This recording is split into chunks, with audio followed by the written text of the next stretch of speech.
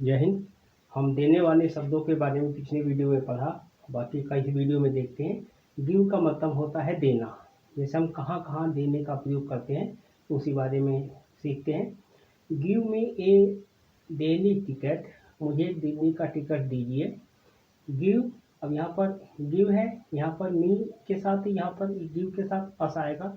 Give us 2 tickets to Kolkata and half ticket for 2 children.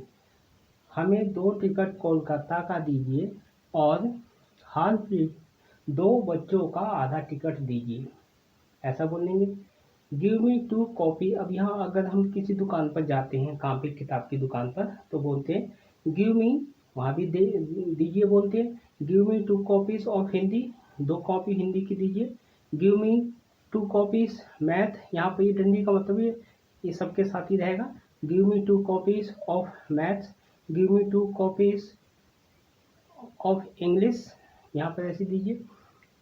यहाँ पर बोलेंगे give me an English book, एक English की किताब दीजिए। ऑफ क्लास 12, 12वीं की एक इंग्लिश की किताब दीजिए। Give me A maths book of class 8, और 8वीं की गणित की किताब दीजिए, ऐसा बोला। अगर हम किसी डॉक्टर के पास जाते हैं तो वहाँ भी देने के लिए बोलते हैं।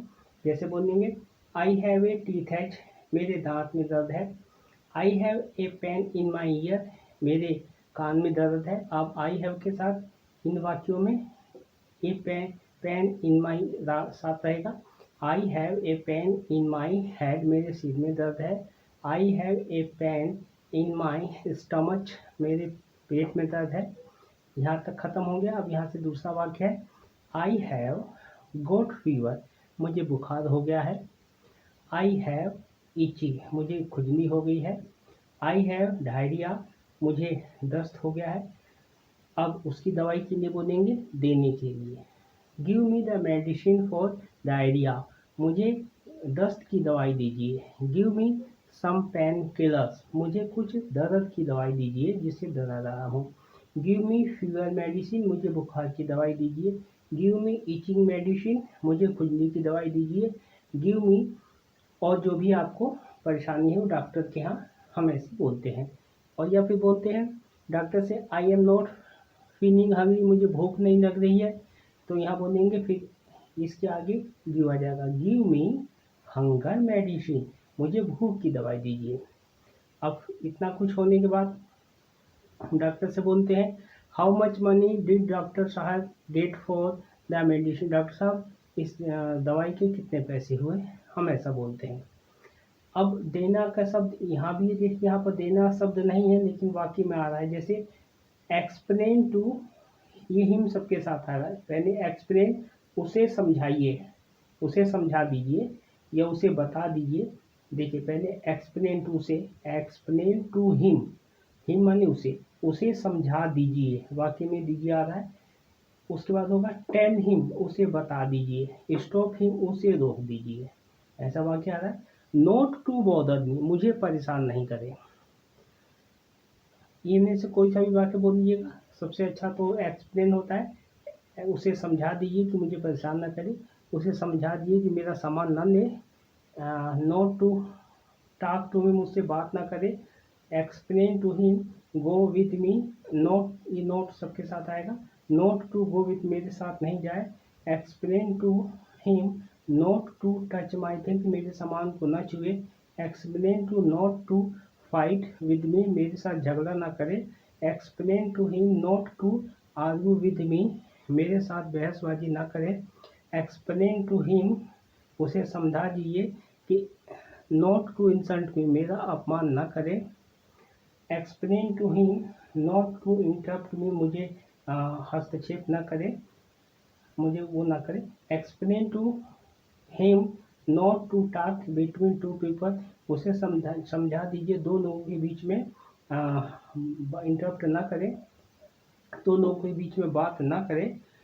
Explain to him not to talk to him too much, उससे ज़्यादा, उसे समझा दीजिए कि उससे ज़्यादा बातें ना करें। Explain to him not to explain too much too, उससे ज़्यादा ना समझाए। Explain to him not to make fun of me, मेरा ज़्यादा मजाक न उड़ाए। इसी वाक्य को ऐसे भी बोल सकते हैं। He should not play, explain to him, not यहाँ पर है एक्सप्लेन टू, उसे समझा दीजिए। ही शुड नॉट प्ले, वह मेरे साथ ना खेले। Explain to him, he should not stay, मेरे साथ ना रहे, मेरे साथ ना खाए, मेरे साथ ना पढ़े, मेरे साथ नहीं जाए, मेरे साथ बात नहीं करे, या मेरे साथ झगड़ा नहीं करे, मेरे साथ बहस नहीं करे।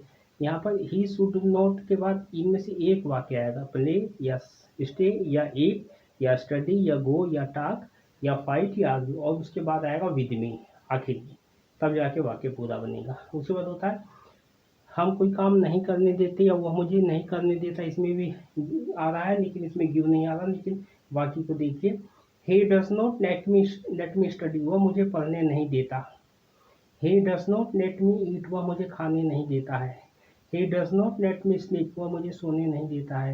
ही does not let me do any work, वह मुझे कोई काम नहीं करने देता है। He does not let me cook, वह मुझे खाना बनाने नहीं देता है। इसी तरीके से आएगा आई डोंट लेट यू से आएगा I don't let you do any work, मैं तुम्हें कोई काम नहीं करने देता हूँ। I don't let you eat, मैं तुम्हें खाने नहीं देता हूँ। I don't let you study, मैं तुम्हें पढ़ने नहीं देता हूँ। I don't let you sleep, मैं तुम्हें सोने नहीं देता हूँ। I don't let you do your homework, मैं तुम्हारा होमवर्क नहीं करने देता हूँ। I don't let you go, मैं तुम्हें जाने नहीं देता हूँ। I don't let you cook, मैं तुम्हें खाना बनाने नहीं देता हूँ। इसके साथ टेंस बदल जाएगा, अगर विल आ जाएगा तो हो जाएगा he will not let me study, वह मुझे पढ़ने नहीं देगा, है ना। यह हो जाएगा, यहाँ पर विल हो जाएगा तो I will not let you do any work, या I will not let you eat, मैं तुम्हें खाने नहीं दूंगा। I will not let you study, मैं तुम्हें पढ़ने नहीं दूंगा, ऐसा हो जाएगा। अगर इसी को कंटिन्यूस टेंस में ले जाएंगे तो I am not letting you, यह he is not letting you study, वो तुम्हें पढ़ने नहीं दे रहा है। He is not letting you eat, वह तुम्हें खाने नहीं दे रहा, ऐसे बात हो जाएगा। अकॉर्डिंग टू टेंस यहाँ पर बदलता रहेगा, जैसे टेंस आएगा टेंस के हिसाब से यहाँ चेंज हो जाएगा। तो इसको ज़्यादा से ज़्यादा प्रैक्टिस करना है। मिलते हैं नेक्स्ट वीडियो में। जय हिंद।